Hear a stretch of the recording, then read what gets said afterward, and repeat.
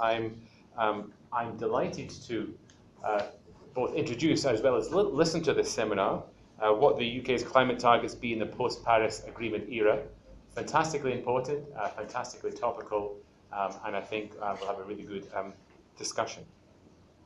Our speaker today is a colleague of mine from the UCL Energy Institute, Steve Pye. Steve is a principal research associate here at the UCL Energy Institute. And we were talking earlier, and he says he's been doing long-term pathways for so long in the UK. He started doing them for DTI, if you know the institutional process that our energy business, environment, various names, including transport, over the years. But Steve has a long track record of this, not only working with and advising the UK government, but also industry, particularly the Energy Technologies Institute, the EU Commission, broadening out into lots of other strands of work he does, such as fuel poverty, and perhaps very relevant to this, to an international network called DDPP, which I think of as Deep Dish Pan Pizza, but actually stands for the Deep Decarbonisation Pathways Project. And this was a major input into the Paris Agreement, that instead of looking at global emission scenarios, really looked at country emission scenarios, and the Paris Agreement was actually all about countries. The structure today is Steve is going to talk for 25 minutes, and then I'll introduce a couple of people who will be on a panel just to give their 5 minutes reaction. Then we'll go into a broad Q&A, and then we'll go off and have drinks and have more Q&A. So that's the process that we're going through.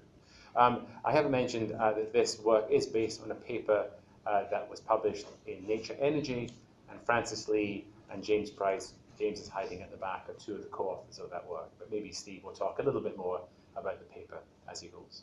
But Steve, please, the floor is yours. Great, thank you, Neil.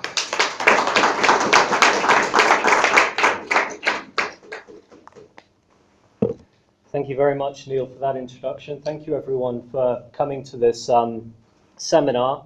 There's always a danger that when the presenter puts up a question as part of his presentation, there's the expectation that I might actually answer it. And I'll do my best to say something on it. I won't necessarily guarantee that I'll produce a reasonable answer, but bear with me. Clearly, this is a big topic.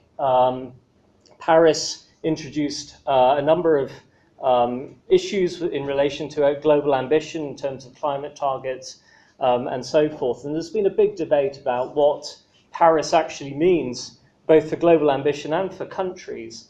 And I'm reminded of a meeting I went to at the OECD, where IRENA and the IEA were presenting the assumptions that they were going to put forward in their energy transitions, a report that they were doing for the G20.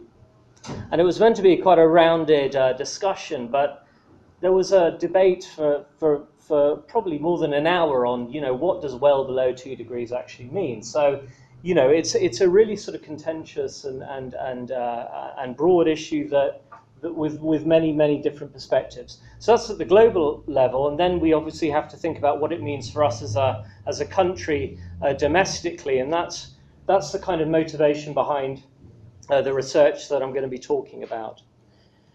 So to start with, why should we rethink our own long-term UK climate targets? Well, the Paris Agreement puts forward a number of things.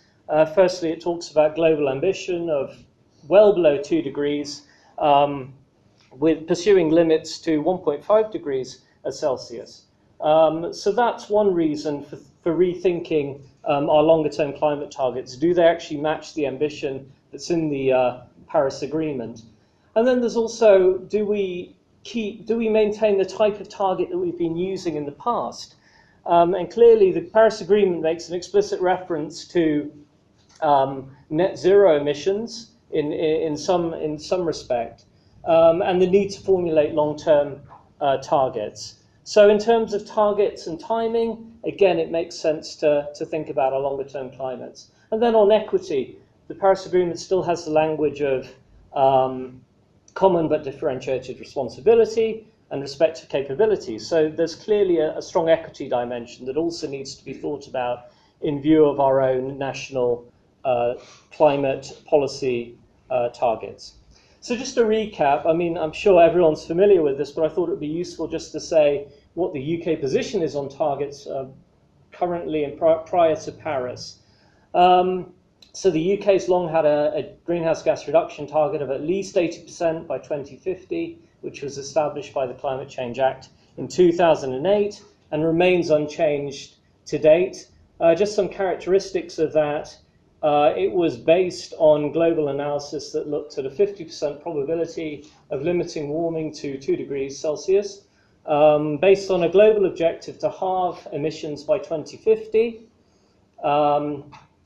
not zero emissions by 2100, so within the range of 8 to 10 gigatons of CO2 equivalent, and then a sharing allocation basis in terms of an equal per capita approach, which would give us around 2.1 to 2.6 tons of CO2 per capita. So that's kind of where we were pre-Paris. And then since Paris, in March 2016, in the energy bill debate in Parliament, one of the ministers committed to introducing a net zero target at some point in the future, with the date to be advised, the date to be of that net zero target to be based on advice from the CCC. And subsequent to that, the CCC put out this report at the end of 2016, which hopefully Steve will speak to, who's one of the discussants who comes after me, which put out a number of recommendations within their report in relation to Paris. So on global ambition, no change per se. There was a statement that global ambition underlying current UK targets already sits within the range of the 2 degrees target at a 66% probability. So maybe there isn't a need to necessarily increase ambition. A strong recognition that negative emission technologies would have a strong role to play, given where the UK is in terms of its targets for 2050. So implicit within those targets is a need for negative emission technologies and emission removal post-2050. And then finally, in terms of what a net zero target could be, given the logic that was used to put forward the 2050 target, this could lead to a net zero target in terms of CO2 between 2045 and 65, and in terms of greenhouse gases 2060 to 2090. But the recommendation was really not to set a target now in terms of net zero emissions, and hopefully Steve can say a bit more about the motivation behind that specific recommendation. So in terms of the research we undertook, there were a number of questions which really get to the heart of, what is the type of global climate ambition that we should be thinking about, and what is our national allocation? So a number of research questions. So in view of the different global ambition and national allocation considerations one could make, when does the UK need to achieve net zero emissions? And how does this compare to a sort of UK policy reduction trajectory that's already in place? And then what are the implications, therefore, for target setting going forward? And as Neil mentioned, this was published, some of the sort of research around these questions was published in this paper earlier this year. So in terms of modelling, we have 4 steps in terms of setting up our analysis to explore some of these questions. The first step is to actually say, what kind of global ambition are we actually going for? We started out by looking at a budget consistent with limiting warming to 2 degrees C, based on a 66% probability.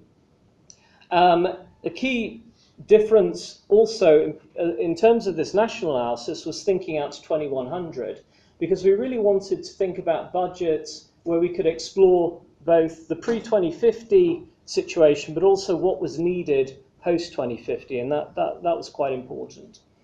So we took a budget range of between 590 and 1240 gigatons of CO2. And this was expressed as a carbon budget, which is the cumulative emissions at the peak temperature that we're actually aiming for. And this was recommended in a paper by Rethink in 2016. Now, the key reason, just to say for the range, for the 590 to 1240 range that we took, the reason for that is that obviously the different integrated assessment models that derive these carbon budgets have different levels of warming associated with non-CO2 greenhouse gases. So if you think of the 590 end of the range being a set of scenarios deriving that budget that have a much higher level of non-CO2 greenhouse gas influence on temperature.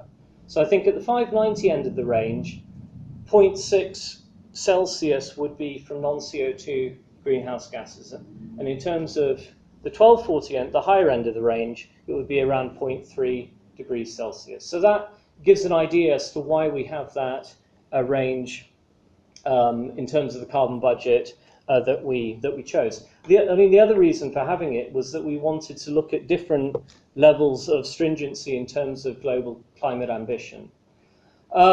Just also to say that, just to compare what we're using with some of the 1.5 degrees Celsius ranges in the bottom left of the slide. So we can see for a 33% probability, we're looking at a similar range of 440 to 990 gigatons. And then when you get down to the higher probabilities, the range, of course, drops and the values become lower. So at 50%, 390 to 440.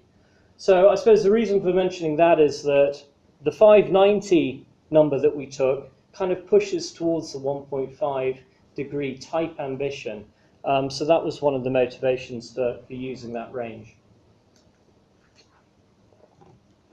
So the next step is to think about allocation. So we know our global budget. How does the UK take that allocation?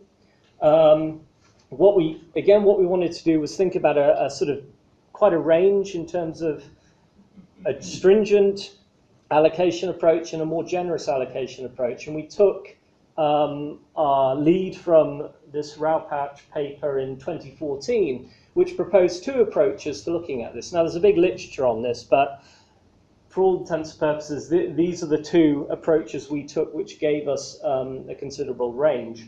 So on the equity, so one approach was called equity, which is an allocation on an equal per capita basis, which gives a more stringent allocation to the UK. So you can think of it in terms of the share of the global budget. That would be a 0.8% share.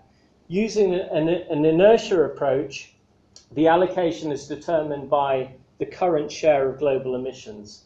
So you can see a much higher share of 1.5% of the global budget. So you can see that we're looking at a range in terms of global ambition and a range in terms of national allocation. And in turn, what that gives us is basically 4 UK budgets that we can then use in our model. So this graph is essentially showing you the years remaining from 2015 based on current UK emission levels.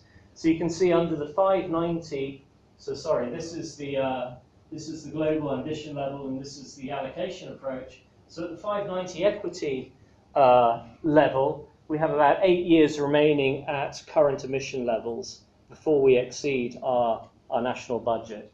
And you can see over here, the 1240 inertia, it's nearer 40 years. And that is a sense showing the difference in the kind of space we're looking at, even though we're still thinking about a 2 degrees Celsius temperature limit at a 66% probability. So lots of space in which to consider these different ambition levels. Now, in terms of the approach to the analysis, we also recognize that there are some key uncertainties in the energy system going forward. Based on previous analysis that we've done, we recognize that over here, we have some key input assumptions into our model that we know have a big effect on the model outcome. So we also wanted to look at different sensitivity ranges across those assumptions. So on CCS availability, we had a high and a low. So just to give you some sense of what we're doing, on the high side, that would be CCS being available from 2030 and growing at a 10% per annum rate. On the low side, that would be CCS delayed to 2040 and growing at a 5% rate. Similarly, with the bioenergy resource level, the high case looks at a quadrupling of bioenergy resource in the UK by 2050, whereas the low case looks at a 33% increase on current levels. So we're basically doing this so that we can see the spread of uncertainty across our results based on some of these key input assumptions that we're making. So the outturn of that is that we have 64 model runs based on these full budget cases that we've run. Final step in our approach is to set out a policy case. So what does the current UK policy suggest to us about the reduction trajectory out to 2050? Now, of course, the UK policy is set up in terms of greenhouse gas reductions, and we're looking at CO2 reductions.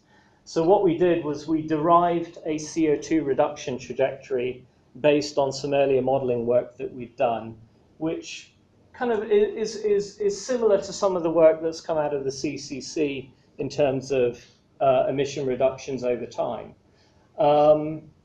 So we now have a sort of policy case which to compare against, which also includes international aviation and shipping, which is important to mention.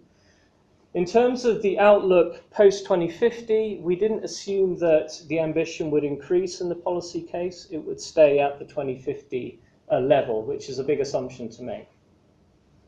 And then we've run the policy case with all of the sensitivities and got a sort of selection of results from that.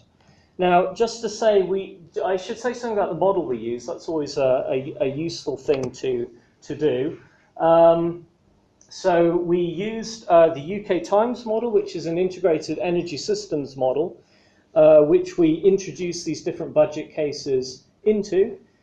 This is, for anyone who isn't aware, this is a technology-rich energy model that captures the kind of resource end of the energy system right the way down to the end use of energy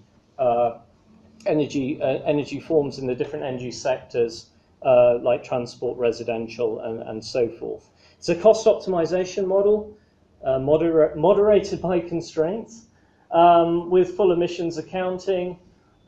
It does have a negative emissions technology in there, which is bioenergy with CCS, and that's the only negative emission option currently. But of course, there's a lot of work ongoing to look at what those different options might be and the potential for that going forward. And unlike different earlier applications of the model or use of the model, it's horizon extended, so it works out to 2100. So as you can imagine, we've made a couple of heroic assumptions about what the economy does in the long term, how that impacts on energy service demands, and so forth. So of course, there's a large level of uncertainty, but having said that, we still think it's a useful exercise to look at the very long term. Okay, so moving into results now. This is a graphic of the emission reduction trajectory under the different budget cases. The black trajectory, which shows the range of results, is the 590 equity case, so our most stringent case. And this grey trajectory is the 590 inertia case. So these are the two cases for the 590 global ambition. The blue dotted line is our derived policy reduction trajectory, with the red markers showing the fifth carbon budget level and the 2050 target as well. One thing to note is that this analysis was probably done now over 18 months ago, and clearly things have changed in terms of emissions. Coal has pretty much dropped out significantly out of the power generation sector. So the latest 2015 estimate in terms of CO2 emissions, including international aviation and shipping, sits around the 450 mark, whereas our modelled estimate had it around 520 or so. So that's an important issue to remember. Now, just to go through some of the key metrics which are up in this table in the top right. The first thing to say is that how does it compare to the policy case in terms of the cumulative emissions out to 2050? Well, under this 590 equity case, which you can see is a really, really stringent, steep reduction in CO2 emissions, this has 33% of the 2050 emissions that we would see under the policy case. The reduction is something like a 9% per annum mitigation rate, reaching net zero in 2040, 2045. The other interesting information that we've captured is the number of our model runs that didn't solve, which is important information to understand why that was the case. But actually, we're seeing something like 70% of our model sensitivities actually not solving because of the rate of ambition that's required here in this case. And that's really due to the bioenergy resource assumption and the CCS assumption as well. So that's really what's driving that. Looking at the less stringent case, so the 590 inertia case, we can see, that in terms of emissions relative to the policy case, they're at 79%. We see a mitigation rate of 4% per year, which is still unprecedented, reaching net zero emissions between 2060 and 2070. And 50% of our sensitivity is not solving, and that's pretty much due to the fact that our low bioenergy case was a bit too low to meet any of these ambition levels. One key thing to point out here is that while I said we had negative emission technologies going into the being used within the modelling, these can only offset emissions to zero. So what we're not allowing is for the model to actually go net negative in terms of the overall emissions balance, which is an important thing to say. Most integrated assessment models do allow that, and what it means is that essentially the model has more flexibility, it can delay action out to the very long term, and for a cost optimization model that makes complete sense because of the rules around discounting cost. So essentially we didn't want BECCS to become this system-wide flexibility mechanism, but rather something that offset residual emissions. So that's an important thing to say. We did do a sensitivity to see what effect allowing for net negative emissions would have.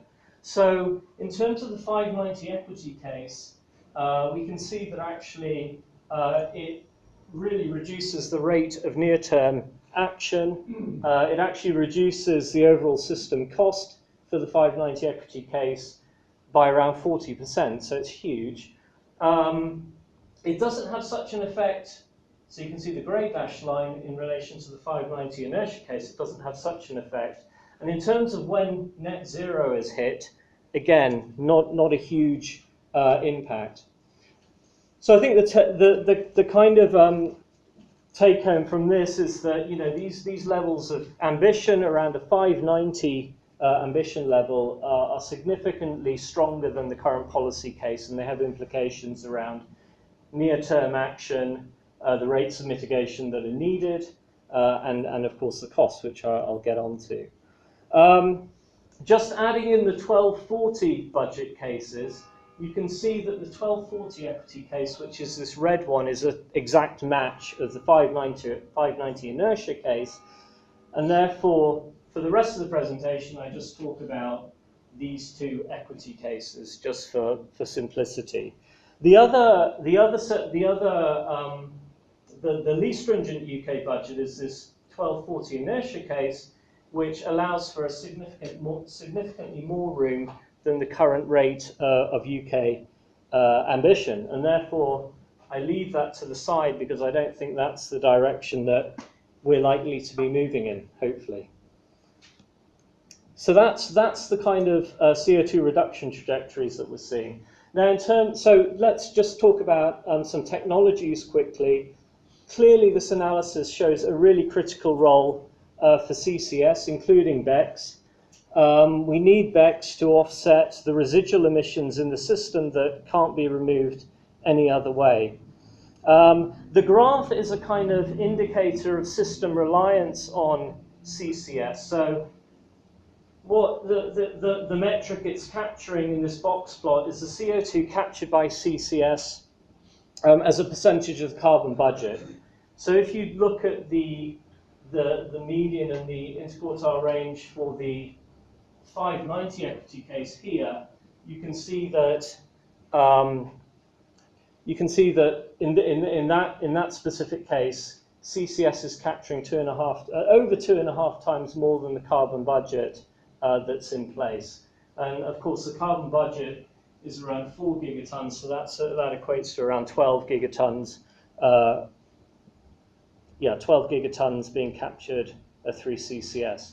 But I mean, because of the range and how that skews things, obviously, for the 1240 equity case, this is very significant, with up to 100% capture in relation to the budget.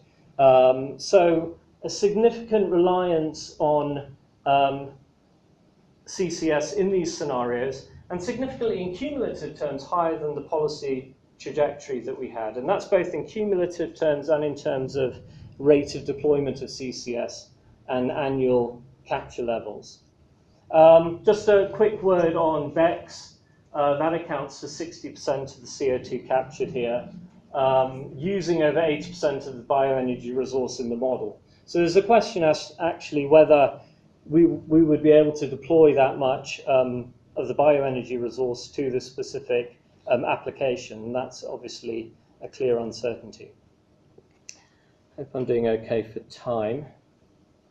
Okay, just quickly talking about power decarbonisation. The graphs here show electricity generation level, again for the 590 equity case and the 1240 equity case. The darker shades of colour are the interquartile range of the different sensitivities that were undertaken, compared to the policy case sensitivities, which are in the blue dashed line. And you can see, basically on the 590 equity case, that essentially the system is doing everything it can to actually meet the carbon budget constraints that are in place. So it basically deploys everything it can at pretty much maximum build rates, particularly wind energy is a specific one there. And then does something interesting, which is to decline after 2050, which is basically the system adjusting to other low carbon forms of energy further down the line. The question there, of course, is that a huge amount of infrastructure investment would have been placed to get to these generation levels. So there's a question as to why that would then decline afterwards. But essentially, it really represents a system shock according to this very stringent case. In terms of the 1240 equity case, well, I mean, that pretty much follows the policy case at least to 2050 and then grows a bit higher post 2050. So again, the message here is that stronger deployment rates in the short term and a bigger system in the longer term. Final sort of perspective from a technology energy system supply side of things. This is the shift away from liquid fossil fuels. Again, in the two cases, you can see the extremely rapid reduction in the 590 equity case. Also a rapid reduction here, but more in line with the policy case. But interestingly, stopping at this ceiling of 500 petajoules of oil use, which essentially the system can't shift. And that's really showing one of the areas of residual emission in the model that has to be offset by bioenergy with CCS and the negative emissions that come from that. And that really is down to the international transport sector in the model, which just doesn't have the options to decarbonize itself. Okay, something in terms of final results on system cost implications. A rather scary marginal abatement cost on the 590 equity case, moving up to in the range of £2,000 per tonne of CO2. Again, just showing the fact that the system has to react so strongly to actually mitigate in a very rapid way in the near term, but then dropping off as the system stabilizes. One interesting thing to point out here is that in the 1240 equity case, we can see also the much stronger push on near-term mitigation, given the marginal abatement cost in 2030 of around £200 per tonne of CO2 compared to that in the policy case, which is around 50. So some distinct differences there in terms of marginal abatement costs. This 590 equity case also represents an annual system cost that's about 20 to 30% higher than the policy case in the pre-2050 period, whereas this more ambitious but not so stringent case represents a 2 to 3% increase in terms of cost. And we also looked at, in terms of the sensitivities that we ran, what were most important from a cost perspective. In order, we see biomass coming out top, followed by CCS, followed by demand response, and then nuclear. So we did some sensitivities to work out, what really mattered the most in terms of the system. Okay, so wrapping up, in terms of model insights, what do we see from this kind of analysis? Well, I think the first thing to say is that a longer-term perspective with a full budget-based approach gives us a clear understanding of the post-2050 requirements of the system, but it also tells us something about what needs to happen in the near term, pre-2050. And without that sort of longer-term horizon and full budgeting approach, there is a risk that we underestimate the near-term requirements. Of course, any push towards a more equity-based approach in terms of target setting would suggest stronger ambition, again with a stronger push on near-term mitigation.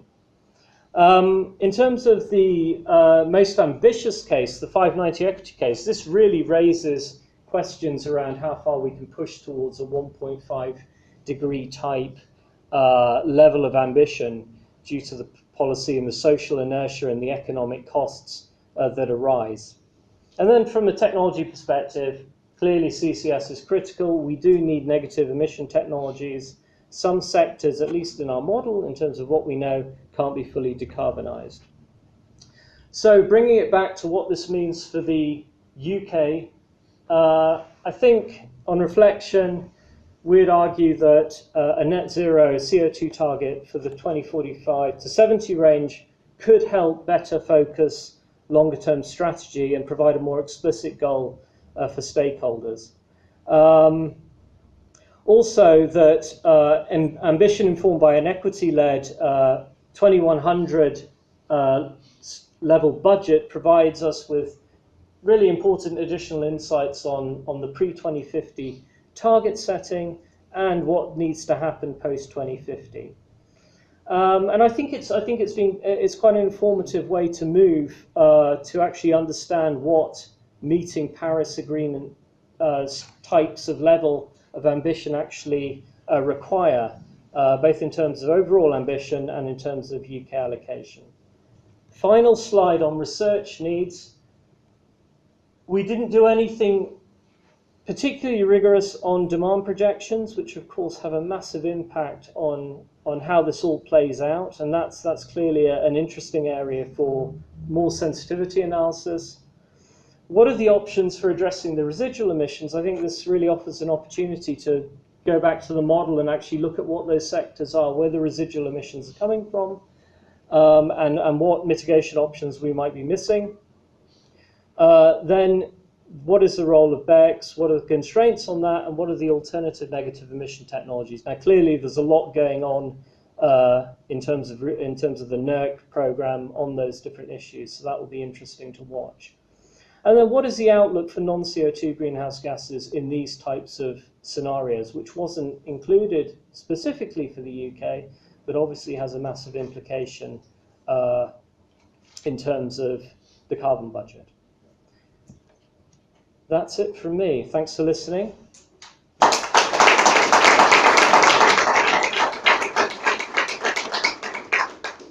Thank you so much, Steve. A huge amount of modelling and insights to go through. I'd like to invite our two panelists to come up to this rather modest table. Our panelists are on your left, Steve Smith, who's the head of science in the Committee on Climate Change, and on your right, Oliver Gueden.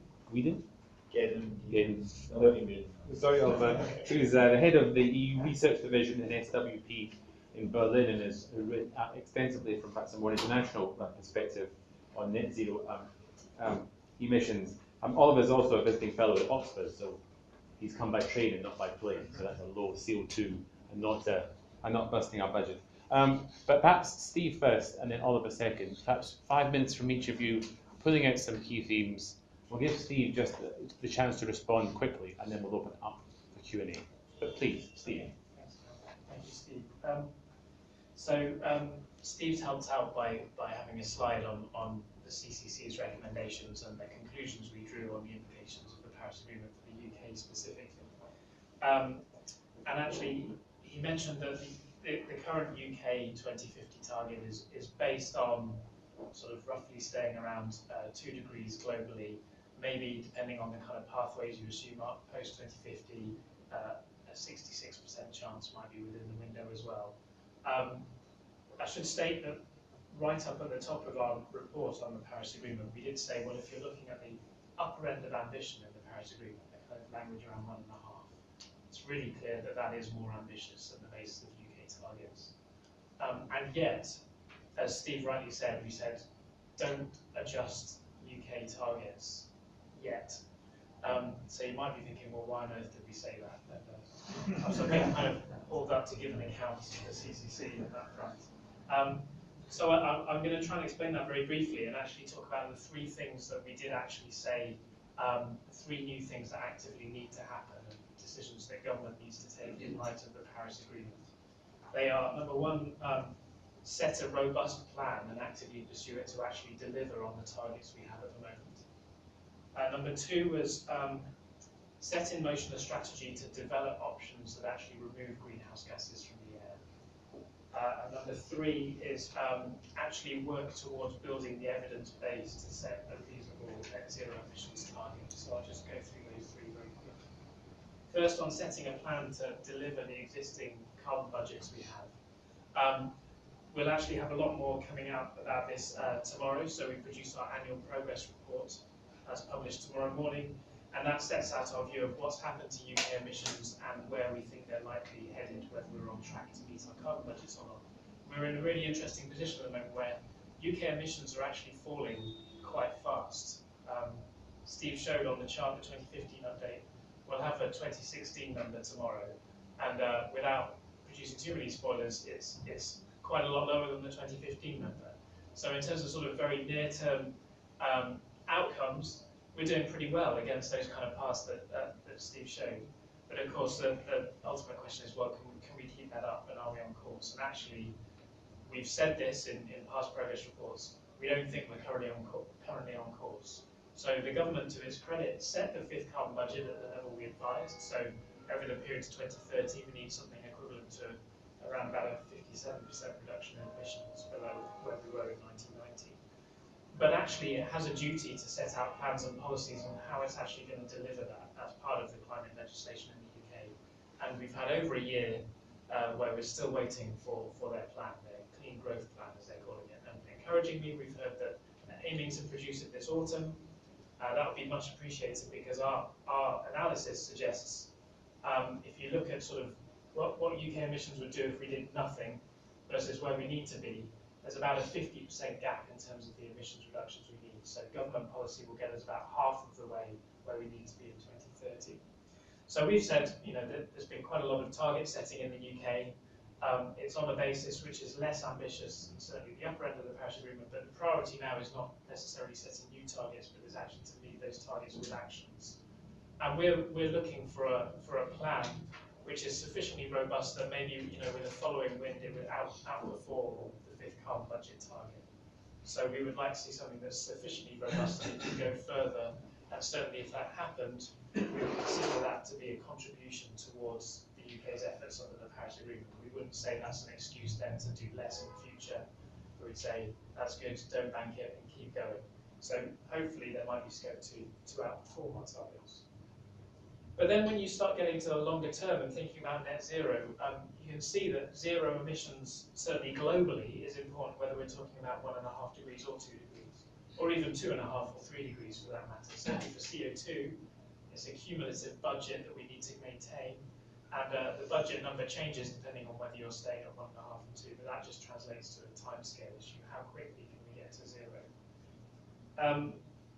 So our other new recommendation, and we said this in light of the Paris Agreement, was we need to start thinking nationally and internationally about a strategy of how we're going to scale up these emissions removal options. Steve talks a lot about bioenergy with CCS, which is the one option in that model. And that looks like a possibility, certainly if you, to the extent that you have sustainable bioenergy supply and you have a working carbon capture and storage infrastructure, then in emissions terms, it makes an awful lot of sense to marry those together to buy yourself those negative removals. And that looks like an option that could go to scale. So that's one, but there are other options out there. People are working on options to speed up the natural rate of weathering into rocks. People are looking at using biomass and woody material in construction. So in the UK, we don't have much of a history of building from wood, although we're doing it increasingly. And in other parts of the world, they do that. That's actually a very effective potential way for sequestering carbon dioxide. And people are looking at other methods as well. It's very encouraging that we have a research program now in the UK to look into that. So I think there's a big question about how much we could do BECCS bioenergy with CCS sustainably. But also there might be other options on the horizon, and if we're serious about net zero emissions, which I think we should be, then we need to be serious about scaling those up. Number three, then it's about building up the evidence base towards a net zero target. So I think the evidence is pretty clear. We came up with similar numbers for where you would, the timescale over which you need to reach net zero if you're serious about 1.5 degrees. So taking the top-down view, what's the global carbon budget? What might the UK's share be? You can say, well, from that perspective, here's when you need to reach zero. We came up with pretty similar numbers in our report to the ones that Steve showed. But the big question is, how do you achieve that? And we actually said, in the CCC's analysis, we don't have any scenarios which get us domestically in the UK to net zero emissions yet. Broadly, we see some very similar things to what Steve showed. We show you have to go really hard and crunch down emissions from power generation, from transport, from space heating in buildings, for instance. But also, we too see this kind of rump of emissions, which is very hard to treat, from some important sectors, for instance, in industry, cement, iron and steel, from international aviation and shipping, and also important non-CO2 greenhouse gas emissions from agriculture. Those are sectors where we find it very hard to see how you would get to zero over the timescales we're talking about. And the big question is, can you scale up removals to meet those, as well as innovating in those hard-to-treat sectors, as we call them. So we're very keen on thinking about a net zero target, even though we didn't say we should put one in legislation now. We were keen to push government and also ourselves and the research community to think about how can we create a vision of a UK and a world which has net zero emissions, but is one in which society and people is thriving and the planet is thriving. How can we do it sustainably and attractively? And that's a massive research question that we haven't got the answer to yet. So I'm really pleased that Steve and Francis and colleagues did this study and got it published. I think this is actually just the kind of evidence that we need. It's a very timely and well-focused piece of research which we'll be using in future. A lot of it chimes with what we think needs to happen in the UK in terms of reducing emissions, and it pushes forward our knowledge in some areas. For instance, putting some numbers on the kind of added value of CCS and bioenergy you get from thinking about moving beyond the 2050 target. We've said that, you know, thinking beyond 2050 makes CCS more important, but this is the kind of thing that puts kind of quantitative analysis onto that. But we think the Paris Agreement has thrown up a huge need for research and innovation, not just in this kind of modelling, but in thinking more generally about solutions for how we get to net zero. So I think that's a really interesting research agenda over the next sort of 2 to 5 to 10 years. And then hopefully globally and in the UK, we will have much more evidence to be setting some sensible longer term targets in the UK than we have now. Steve, thank you. I saw Steve writing answers to some of those points, Oh, but I will hold on that. Perhaps we'll jump straight to Oliver with perhaps an international perspective. Right, I'm going to talk first about the advantages of net zero targets in general, and secondly about what's going on in Europe or maybe in other countries. Do you remember that most countries, unlike the UK, they don't operate on carbon budgets but on endpoint targets? And they don't care, and I'm really not sure if the UK government will ever care, but all countries don't care about equity principles.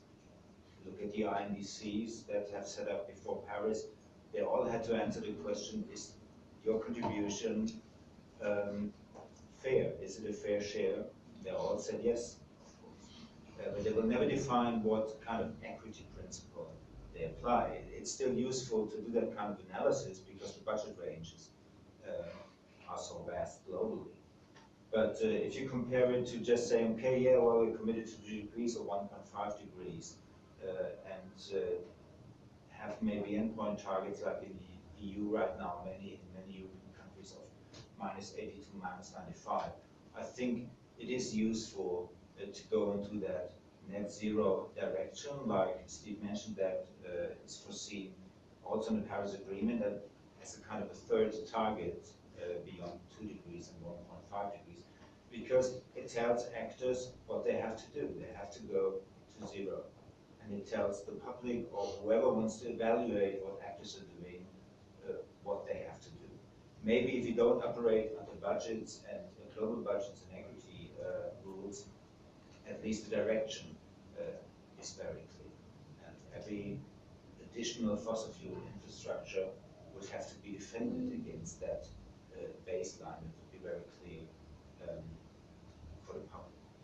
So it would not be easy for many actors who all have kind of ambitious targets to say, well, what we are doing, even our new coal power plants, it's all fair within the global carbon budget. But of course, there would be CBDR considerations and different timelines. So in a way, I think even on a global stage, discussing about a year for a global net zero would be much more helpful than talking about global temperature targets. And if you look at what we see in most countries, at least in Western Europe, but at the EU level overall, -80 to -95% by 2050, if you look how countries deal with that and how sectors deal with that, you see a tendency that many try to hide themselves in the remaining 5 to 20%, saying, well, yeah, but it's not our emissions because we are hard to mitigate sector, or will be not our country. So talking about 100% would create a different conversation. And I would say it would be both more ambitious, of course it's -100%, but it would of course be at the same time more pragmatic, because the remaining 5 to 20%, these are really the hard ones. And in looking at the German case where I come from, it was not easy. Would not be easy for the environmental side of the political spectrum to suggest, okay, we can all do this by renewables and energy efficiency. So I think we would have a more thorough debate on what to include into climate policy. And there is one aspect that today might still sound esoteric. You mentioned it, it's negative emissions, and should we assume going into net negative emissions? A thing that you avoided, but those who are familiar with global emissions mitigating modeling in RCP26, the pathway that leads to 2 degrees roughly, there are huge amounts of negative emissions included, and it stops not at reaching net zero in 2070 or maybe a bit later, but then going negative, like you showed on one slide. And the numbers keep growing because the world is not behaving like integrated assessment modelers assumed it would. And right now we stand at about 600 gigatons of carbon dioxide removal throughout the 21st century. That's more than 10 years of today's annual global emissions. And if you do if you look into the models or the IPCC modeling database, you see that the EU share of these 600 might be around 50 or 60 gigatons. According to modelers, politically it would look differently. But if you ask policymakers, okay, how are you going to deliver that? Because you say you want to achieve 2 degrees, silence, because they're really not prepared for that direction. So net negative emissions would mean we focus on the year where we want to achieve negative emissions. We would have limited CDR in that, not these outrageous numbers. It would be easier to open a conversation, a fruitful conversation about carbon dioxide removal, because it would not be an either or debate, because I think 600 gigatons globally is quite unrealistic. And then the second part, net zero in Europe, there's currently only one country that has a net zero target that I would take seriously, that's Sweden. You might have heard that they moved it from 2050 to 2045. They say 85% of that would be domestic reductions, 50% would be offsetting, which gives you an impression, okay, net zero can mean many things. You have included offsetting in your model, you didn't. But so this is one of the classical sources of flexibility within targets. Norway has a rather strange 2030 net zero target, but they're not talking about ending oil and gas extraction. The emissions are flat since 1990, but they still have their target, so they want to do it all with offsetting. I wouldn't take that too seriously. And on the EU level, the Commission will come up with a renewed 2050 climate roadmap. And I don't think, I mean, right now it does affect you in a way, I guess. Maybe not when this roadmap comes out, but they also think about doing that kind of calculation. Okay, maybe we will not be at zero in 2050, but maybe afterwards. So we should do a fourth century approach, at least to give an idea, when we want to reach net zero. And I think some member states are up to doing the same on a member state level. So it will be, I think it will be a discussion in Germany after the next elections, maybe, but probably not for a target date before at 2050. And what we really have to keep in mind, and that's the strength of that paper, although you did not show the exact numbers.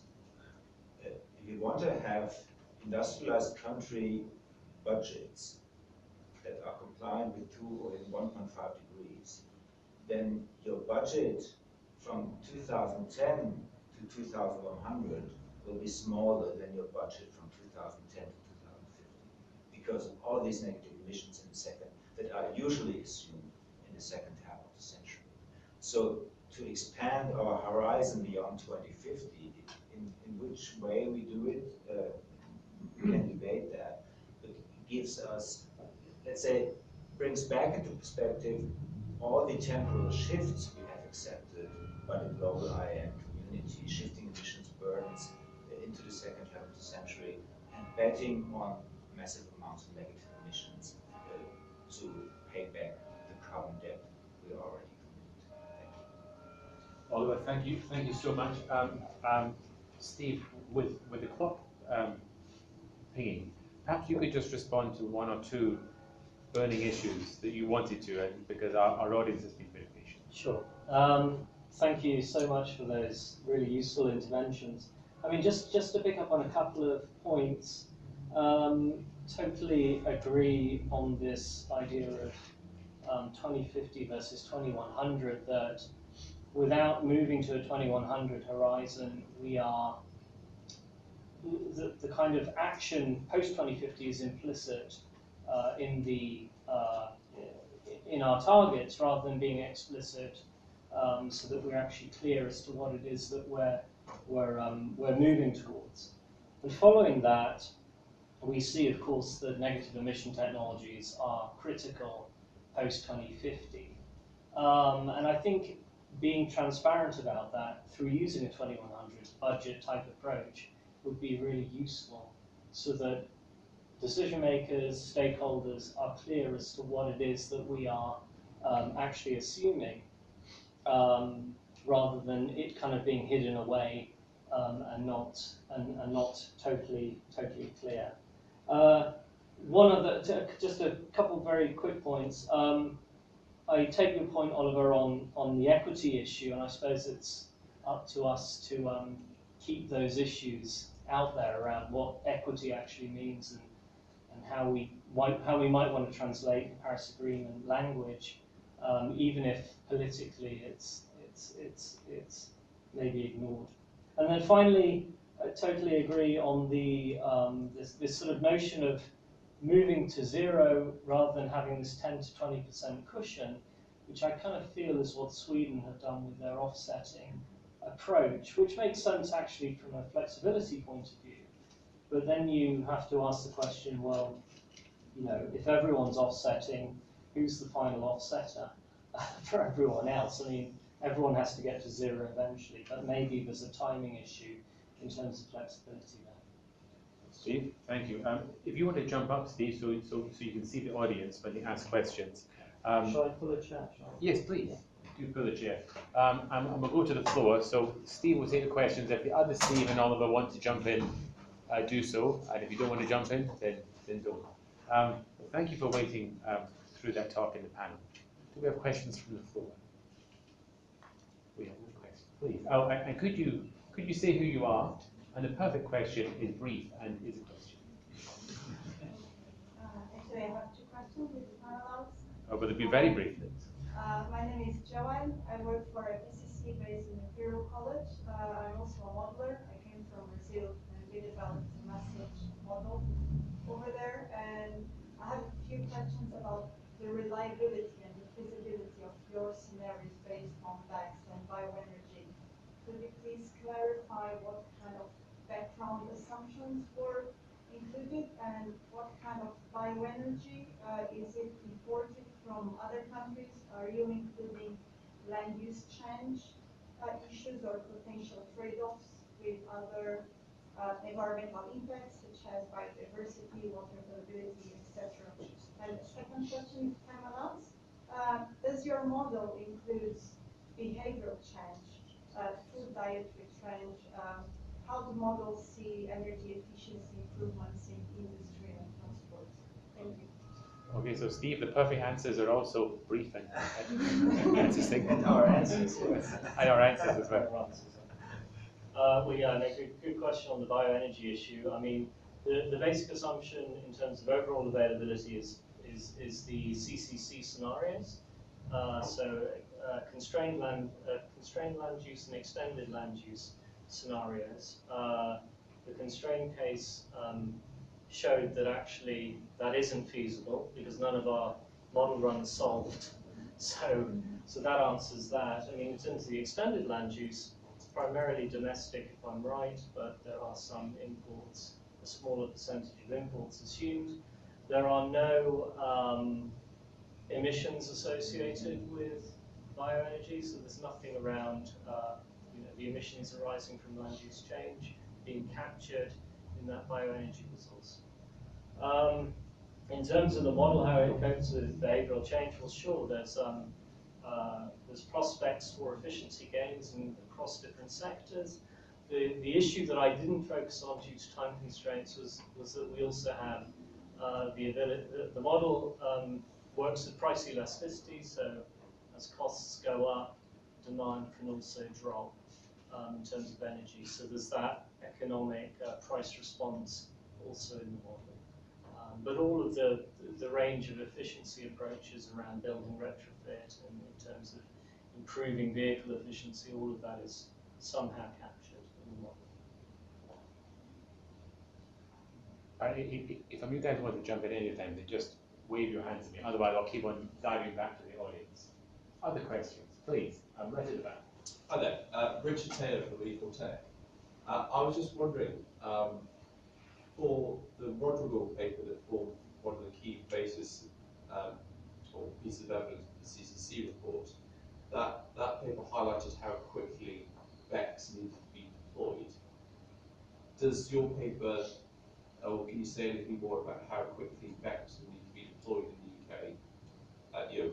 From what start date and how quickly in, say, the 590 FT? Sure. I mean, it has to happen as soon as it can. We had a high and a low case, so we had a set of sensitivities that delayed to 2040, and then deployed at a fairly low rate. And they, of course, were much more costly, and a number of them didn't solve. And then we had a more optimistic case, 2030, 10% growth rate. But yes, the model chooses it as quickly as those growth constraints would allow. And clearly that rate of deployment increases if indeed you go to sort of net negative accounting type mode, which we didn't include as our core assumption. Just two more questions. What are the levels of BECCS in 2050 or in a net zero year? Maybe it's too technical, but the second one, how do you constrain the use of BECCS? How do you constrain massive intersectoral offsetting? Because you cannot really define what are the hard to mitigate sectors. Maybe you can, but it will be interesting to know. What do you allow to offset winding emissions? I mean, I think if I remember correctly, we had about 60 gigatons in a 0 year. We had about 60 gigatons of residual emission and about 80 gigatons of BECCS. So a little bit more than the residual emission needed, per se. So the system is using it as well for other purposes. But we do have a good idea about what those residual emissions are, and as Steve said, it's very much around the international transport sector, some of the industrial sectors too. I'm going to go back to the audience. I see Paul, but Martin had his hand up first, so we'll do Martin. Hello, Steve. Martin, just tell people. Yeah, sorry, I'm Martin Haig. I work for Shell in the scenarios team. And we looked at net zero emissions ourselves on a sort of global level. I'm very interested in this study. Just one reflection from our sort of work on this and these pathways is I wonder if it's worth considering alternative pathways that don't have such an immediate turnaround today. I mean, I think your exercise is really good in putting forward a strong case for sort of BECCS, CCS and biomass, both of them and put together. But I think actually it might be an optimistic case on how low the number is. Because in reality, for example, you had your oil curve coming down about 80% in 10 years or so. And when we look at this with our modelling, so often we find there's a lot of inertia in the system. It's very difficult to change these things very quickly. Now maybe that's our modelling approach is philosophically differently, coming up with assumptions that Times is saying, oh no, there's lots of low-hanging fruit you can exploit quickly. But if that philosophy is not right, and our approach that you've got to scale up industries and you've got to deploy these things and that takes time is right, then what we're talking about is a pathway that's probably higher, particularly in some key sectors like transport for a while, before it can come down. If we can scale it up, then it comes down faster later. Now what that means is it's harder to meet your budgets. I mean, most of your curves are getting to net zero with sort of convex curves going down like this rather than like this. All that's going to do is strengthen the need for BECCS. So I think your argument is very strong. And I just wondered whether it was worth producing a different case to say that we've come up with a conservative estimate and we still need it and we've got to get on with it ASAP. we may need this much in order to meet these aggressive targets. Do you want to start, Steve? Yeah, no, sure. No, that's a great point, Martin. I mean, I think we started from the premise that in a way we were looking. We came from a perspective, this is kind of what the science says. We put the budget into the model and see what insights we get. I mean, I think the conclusion we're pushing to, particularly with that 590 equity case, which does have some inconceivable rates of reduction, is that it was really to make the point that actually,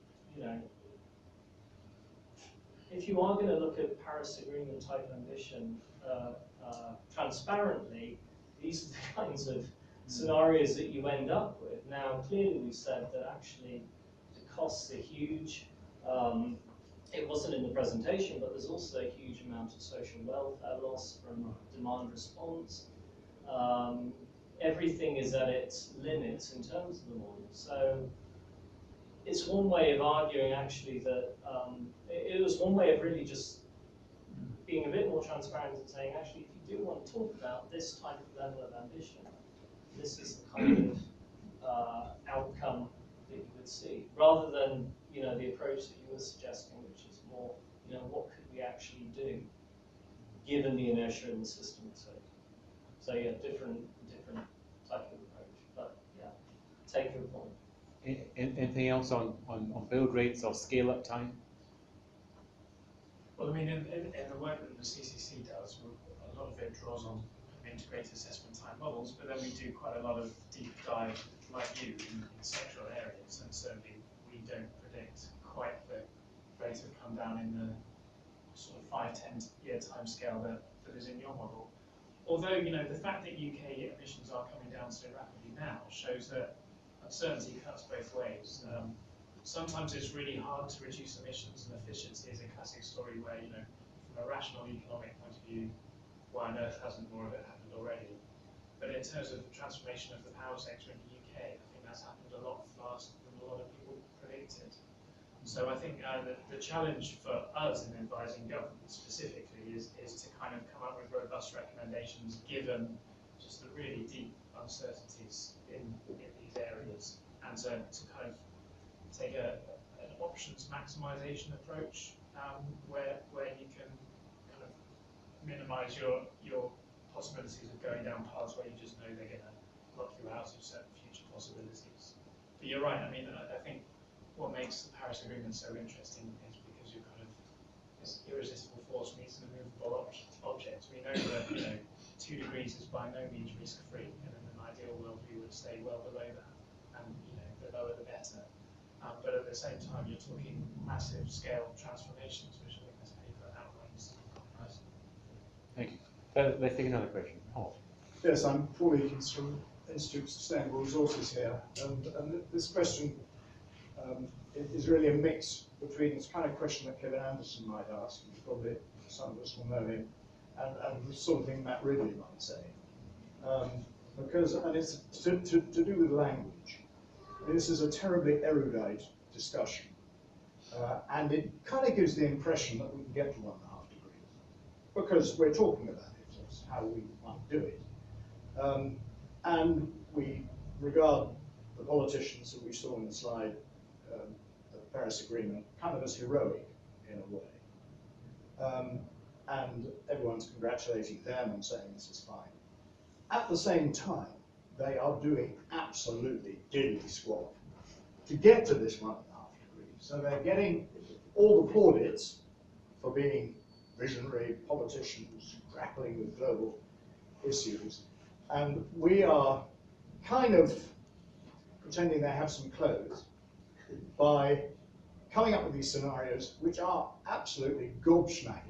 Like 600 gigatons of negative emissions post 2050. That's for 2 degrees. Yeah, for exactly. 1.5, So we'll see how the IPCC says this, but I mean, should researchers like ourselves be taking a more Kevin Anderson type point of view and just say, who do you think are kidding? Jumping up and saying this is what you're going to do, and then you put the INDCs on the table, which don't come anywhere near it, and a lot of countries don't look as if they're on a trajectory even to meet those. So just wondering whether we're going about this in the right way, given that the objective obviously has to be to screw these guys down so that they do start doing more than they are doing, whether actually it's all becoming a bit too comfortable for them. So who of you three would like to start? Oh. I have written an article about that, about the inconsistency, inherent inconsistency of climate policy making, and starting with the 1.5-degree decision, because we have the cultural model of assuming consistency in policy making, although we know it's seldom to be found. And policymakers treat talk, decisions, and actions as independent product categories.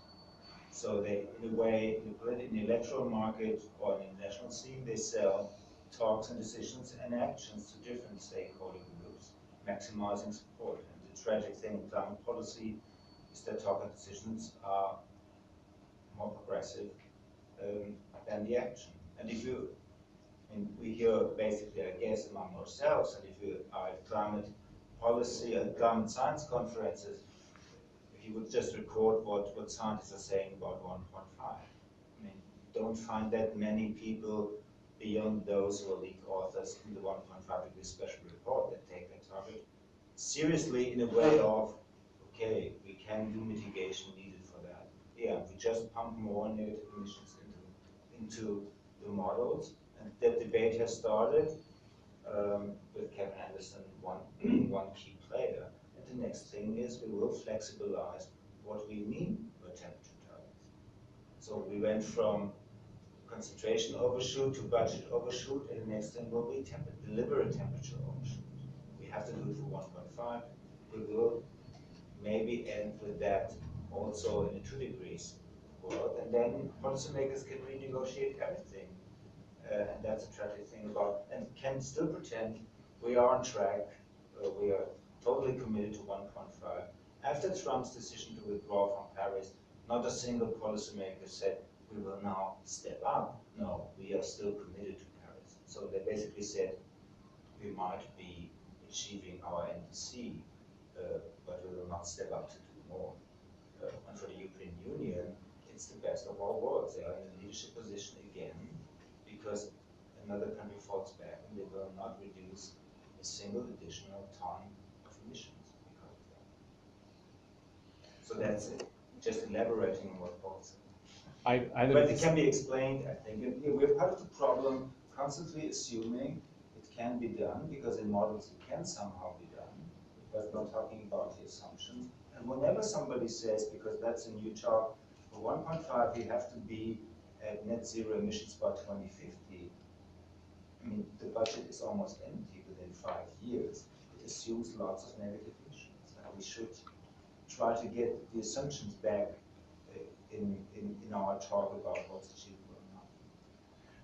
I mean, just to say something quickly on that, Paul. I mean, really, that was our motivation for the paper originally. And I think my co-authors would agree that, you know, we're hearing all this stuff in Paris, and actually, what does it actually mean transparently as a model scenario? And I think we made quite clear in the paper, or I hope we did, that, you know, given the fact that the model is bursting at the seams, you know, it's up against all its constraints, the costs are absolutely astronomical, that, you know, this isn't something that we would see as necessarily plausible. The reason for doing it is to bring that discussion actually into the literature, you know, about actually quantifying what that actually means. Just very, very briefly, I can't remember your exact phrasing, but I think you said something about the ultimate aim of this being to screw the guys down. And I think you're being understandably provocative. And I think there is a role for that. I mean, indeed, that's part of the role of the CCC in a sense, to take kind of quantitative research to pin down whether we are doing what government says it should do or not. But I would be wary of saying that is the goal of all academic research. Perhaps I'm naive, but I kind of think there are other reasons to do it, and I think there are other ways of interpreting scenarios, and I don't think we should necessarily be prescriptive in saying the goal of all of the body of research is to do this. I think what you said, Steve, is very true. You can have scenarios and you can interpret them as legitimizing a certain thing which you think is fanciful, or you can say that scenario work has a very good role in terms of exploring options for the future and widening out the range of the discussion. There are very different normative approaches to interpreting things, and I think perhaps the key in all of it is to be very, very explicit about the assumptions and the processes going on in these models, because I think that kind of information is what's really vital in these discussions and can easily be lost. Okay, we're going to have one more trip to the floor, if anyone has any questions. There are, I see 2 hands. Okay, so we're going to do both questions at the same time, so make the panel work a little harder. So go to the back first, and then we'll go to the gentleman in the second row. So please. Aaron Rhodes of CCC. I should ask a question about the optimistic model, the 591 technical point really. You showed in that model that there was a higher marginal rate cost in 2030 than in 2050. And I was wondering whether that was because some technologies came in as a kind of bridge and then disappeared later on, or whether there were other reasons for that. Okay, so hold that consistency of costs and this question here. Michael from Planet Hydrogen, based in Manchester. We're an NGO and learning here, not preaching. I wonder if it's come under to your attention the work done by Phil Williamson at UEA, who's managed to get 8 million, believe it or not, from the Research Council to research carbon dioxide removal. And it's not just BECCS, which he and I suspect very much as being a linguistic trick, basically, and nothing to do with real climate action. Looking at everything that can be done in order to withdraw carbon dioxide and ultimately methane, because you and Nisbet are looking at this at Royal Holloway College. Are you taking this into account? Do you know about it? Are you going to be in communication with these people in order to look how other technologies, apart from the appalling BECCS, can be used actually to draw billions of tons of carbon or carbon dioxide from the atmosphere? And will it go into your models? Would you like to take the second one first, Steve? Yes, certainly. Well, we have indeed worked with Phil, and we cited the fact that the government's made available some money for this research programme in our report. We think that's a very good step forward, both to understand the possibilities and limitations around BECCS, but also to widen out the discussion towards other options, which I think is very good. Our view is that that kind of fundamental research council-led research is important, but it's just one piece of the puzzle. There are other things which are going to be important for removals where it's not a case of fundamental research, it's about getting on and doing the job. Building CCS infrastructure is one, for instance. And also thinking about the policy framework we use to incentivize these things. A lot of these things actually don't have a market. There's no business sense to develop a greenhouse gas removal technology, or at least a lot of them at the moment. So it's not just about basic research. We see a whole suite of things that need to happen. But yes, that's one very good promising part of it. Just to add, we both have been at the kickoff meeting in Oxford and for the program. The interesting thing about the NERC program is that in Europe you won't find anything similar in any member state or the EU level. So in that way, the UK is really at the forefront of that debate, and hopefully it will also enter the policy debate, because my feeling is that policymakers have a hard time dealing with the paradoxical entity of negative emissions, of emissions reductions targets higher than 100%, but not only going to net zero, but doing something more. There is no debate on that, and I think if you open that debate, it will not only be about BECCS, because the reason we talk about BECCS is it more easily fits into IAMs and energy systems models. So we really have to look at the technologies, but whether there will be a market or not will be a political decision. And the final answer on why the marginal costs go down? Yeah, so in 2030 we have a huge social welfare loss due to demand response, because that's the only way the system can reduce emissions. Plus, there's a lot of expensive technologies that are being deployed earlier than they would typically be.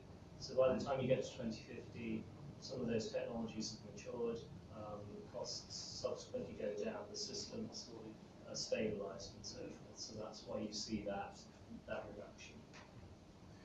Wonderful. With that, I shall draw this to a close. Please come and join us upstairs for a glass of wine and a slice of cheese. If you don't know where you're going, follow someone from UCL. The first UCL person, please take the white wine out of the fridge, where it's currently being chilled.